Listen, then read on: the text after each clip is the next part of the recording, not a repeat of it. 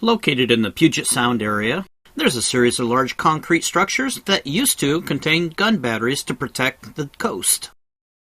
If you're interested in a totally cool experience, all these historical structures are open to the public. So far, we visited all of these sites, and they were wonderfully preserved. The last fort in our area that we had not seen was called Fort Ward. We're pretty excited about this because it's located on Bainbridge Island. This is an extremely wealthy area. According to the internet, the average household income of people living here is nearly $250,000 a year.